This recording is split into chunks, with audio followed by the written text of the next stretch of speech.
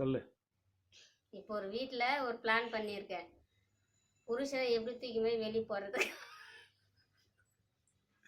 இதெல்லாம் ஒரு பிளானா? ஆ நான் அதெல்லாம் டிப்ஸ் நல்லாவே நான் சொல்லுண்ணா. உன்னை கோணி பையில கட்டி கூவாரத்தில் எடுத்துமே போடணும். உன்னை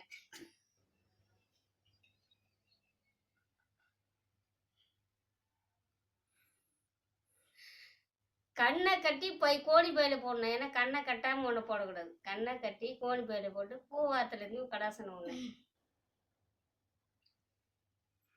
உப்பு போடுற மாதிரி ஒன்று போட்டுடணும்.